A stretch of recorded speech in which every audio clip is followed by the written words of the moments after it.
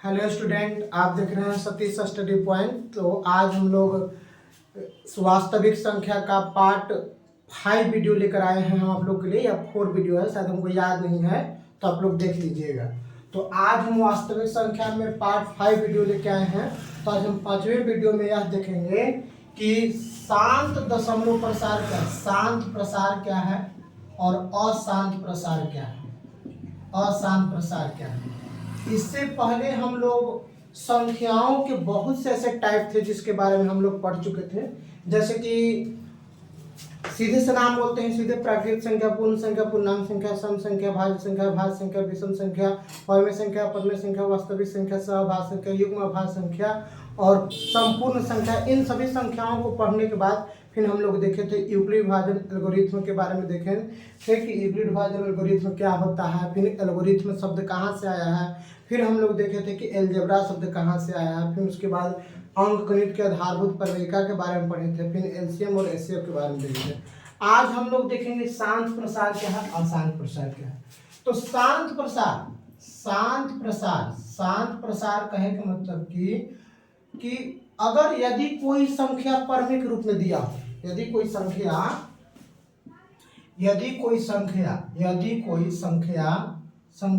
p by Q के रूप में दिया हो और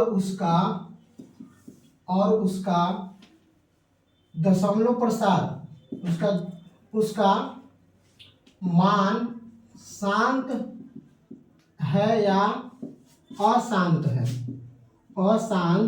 है, इसके बारे में हम लोग को जांच करना हो। तो यदि कोई संख्या p बाई क्यू के रूप में दिया हो तो q का अभाज्य गुणनखंड निकालना पड़ता है, अभाज्य गुणनखंड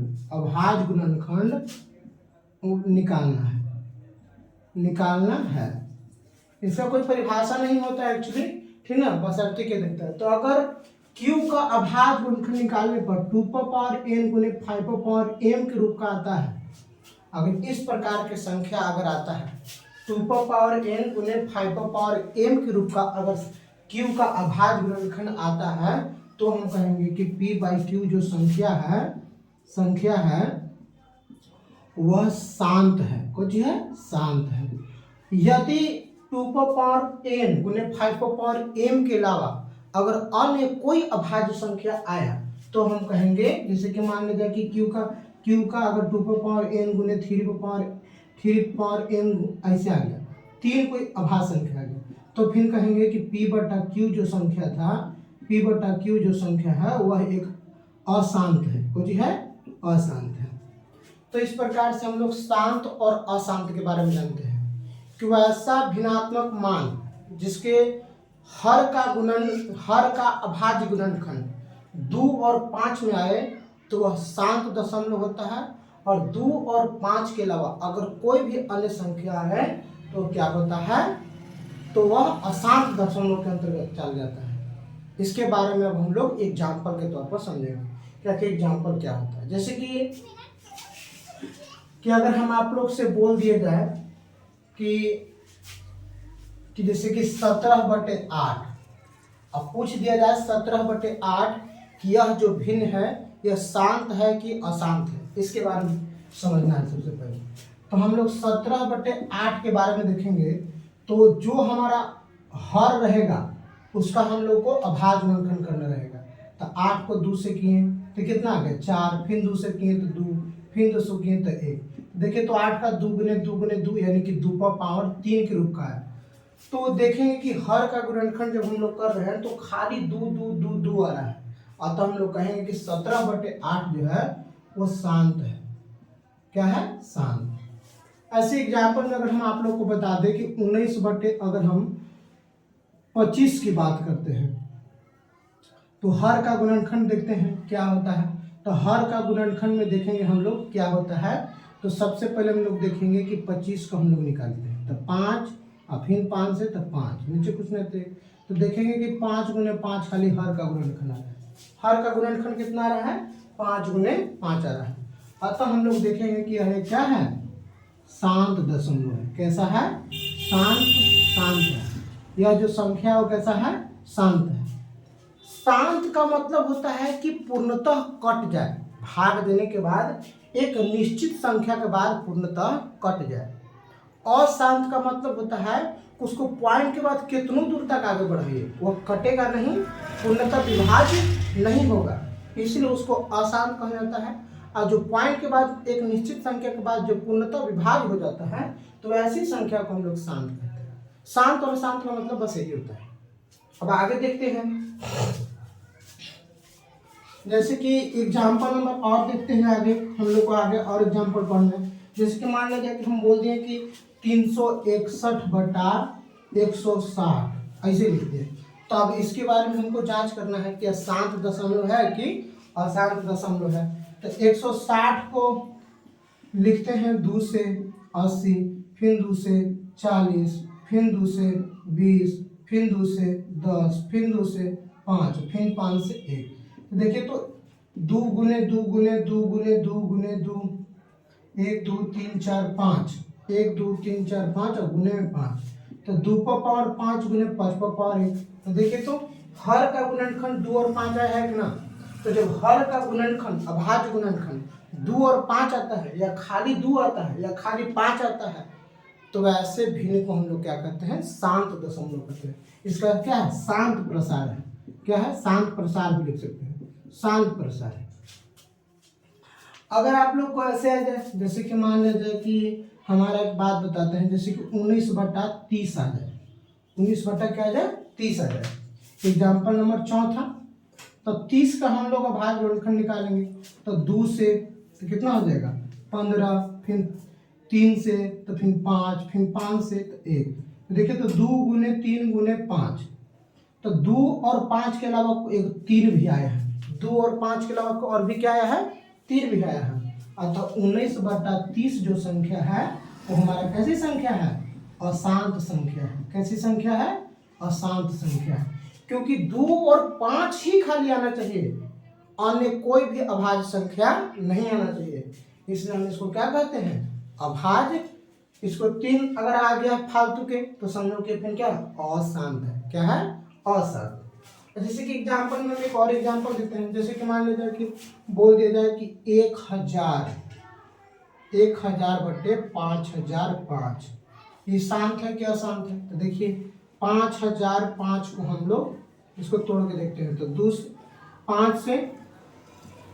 5 से देखो तो 1, और फिर क्या है, फिर उसके बाद देखो 5 से तोड़े तो 1000, 1 आया, फिर क्या होगा 5 से देखेंगे, जैसे कि लगाइए तो ये 5 से न लगेगा, अब हम लोग 3 से लगाएंगे, 3 से भी न लगेगा, फिर हम 7 से देखते हैं, तो 7 एकम 7, 3 बचा, 7 चौका 28, 7 21, फिर 11 से लगा के देखेंगे तो 13 बचा, फिर 13 से तो 1, यानी कि देख रहे हैं कि 5 गुने 7 गुने 11 गुने 13, 5 के अलावा और भी संख्याएं आ गए, तो ऐसे को हम लोग क्या कहेंगे, ऐसे को हम लोग अशांत कहेंगे, अशांत संख्या है। क्या है, अशांत, क्योंकि 2 और 5 के अलावा कोई भी संख्या नहीं आना चाहिए। 2 और 5 के अलावा कोई भी संख्या आया तो हम उसको कहेंगे कि वह क्या है, अशांत संख्या है। अच्छा, एक और एग्जाम्पल, जैसे कि हम आप लोग को बताते हैं, एक और एग्जाम्पल में बताते हैं कि ऐसे दे दिया जाए आप लोग को, जैसे कि 3/30 दे दिया जाए, और बोले कि शांत है क्या शांत, तो ऐसे हम निकालेंगे कि 30 को निकालेंगे तो क्या हो गया, 2 से 15, फिर 3 से 5, फिर 5 से 1, तो 2 गुने 3 गुने 5, 2 गुने 3 गुने 5, तो 3 आ गया, हम लोग कहेंगे ना कि यह क्या है, अशांत है। क्या कहेंगे, अशांत संख्या है। क्या है, अशांत संख्या। लेकिन ऐसा बात नहीं है, यह संख्या जो हमारा है वो शांत है। कैसे, क्योंकि सबसे पहले जब ऊपरी नीचे कटेगा, ऊपरी नीचे जब कटेगा तो उसको काट देना है, तो 1/10 आया, और 10 को तोड़ेंगे तो 1/2 गुने 5 तोड़ा, तो 2 और 5 होता है तो कुछ शांत हो जाता है। तो वैसी संख्या जो कटला के बाद निकल जाता है कि कट रहा है कि नहीं कट रहा है, तो हम लोग देखें एक शांत कैसे हो गया। तो इस प्रकार से संख्याओं के भिन्नात्मक मान को शांत और अशांत के बारे में हम लोग जानते हैं कि कौन शांत है कौन शांत नहीं है। आप लोग को 10th क्लास में एक और चीज के बारे में पढ़ना है कि कौन परमेय संख्या दिखे। अगर किसी संख्या 4.24314 डॉट डॉट डॉट लगा रहता है अगर किसी संख्या के बाद में डॉट डॉट डॉट लगा रहता है तो डायरेक्ट कहेंगे कि वह अपरिमेय संख्या है। अपरिमेय संख्या वो कौन सी संख्या है? वह अपरिमेय संख्या है। अगर मान लीजिए कि 4.312 हमसे रेकरिंग लगल है तो उसको कहेंगे कि वह परिमेय संख्या है। कौन सी है? वह परिमेय संख्या, क्योंकि इसे बटा के रूप में लिख सकते हैं लेकिन इसको बटा के रूप में नहीं लिख सकते हैं।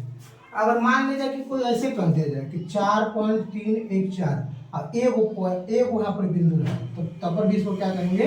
यह परिमेय संख्या है। तो इन सब लोग में ज्यादा सब कंफ्यूज रहता है। तो जगह में बार बार डॉट डॉट डॉट लग रहता है वो परिमेय संख्या होता है, जगह पर रेकरिंग लगा रहता है वो परिमेय संख्या होता है, जगह में एगो पॉइंट लगा रहता है समझो कि क्या है? परिमेय संख्या है। तो इस प्रकार आज हम लोग देखें कि संख्या में शांत और अशांत क्या होता है, शांत संख्या शांत भिन्नात्मक मान को कैसे हम लोग चुन सकते हैं, अशांत भिन्नात्मक मान को कैसे चुन सकते हैं, और कौन परिमेय संख्या है और कौन परिमेय संख्या नहीं है, इसके बारे में हम लोग देख लिए। तो आज हम आप लोग को एक छोटा सा वीडियो इसलिए बनाए ताकि थोड़ा सा छूट गया था आज से वास्तविक संख्या। जैसे कि त्रिकोणमिति में हम पूरा फार्मूला का सूत्र पढ़ा दिए हैं, हम फर्स्ट चैप्टर से हम आप लोग को पूरा थ्योरी पढ़ा दिए। अब हम फर्स्ट चैप्टर से आप लोग को 1.1 से लेकर के पूरा एकदम लगातार एक्सरसाइज एनसीईआरटी के बताते रहेंगे और साथ में एसएफ का जो स्टूडेंट फ्रेंड्स का बुक होता है उसका भी एक्सरसाइज लगातार बढ़ाते जाएंगे और आप लोग को समझाते जाएंगे। तो हमने वास्तविक संख्या का पूरा थ्योरी कंप्लीट कर दिया। अब पूरा थ्योरी कंप्लीट करने के बाद जो भी और कुछ थ्योरी बच गया होगा उस सबको एक्सरसाइज में हम कंप्लीट करवाते जाएंगे। उसके बाद फिर क्या होगा, जैसे कि बहुपद पढ़ाना है दूसरा चैप्टर में, तो बहुपद का हम आगे से थ्योरी कंप्लीट करवा दिए हैं। तो बहुपद को थ्योरी को जाकर पढ़िएगा, फिर उसके बाद नहीं समझ में आएगा तो जब हम एक्सरसाइज कराएंगे तो सब प्रकार के थ्योरी को आप लोग अच्छे से देख करके समझिएगा। और न तो जब हम एक्सरसाइज बताएंगे तो एक्सरसाइज बताते बताते हम आप लोग को थ्योरी भी कंप्लीट करवाने जाएंगे। तो आज के लिए बस इतना ही। अगर मेरा वीडियो अच्छा लग रहा है तो आप मेरे चैनल को सब्सक्राइब करें, लाइक करें। Thank you.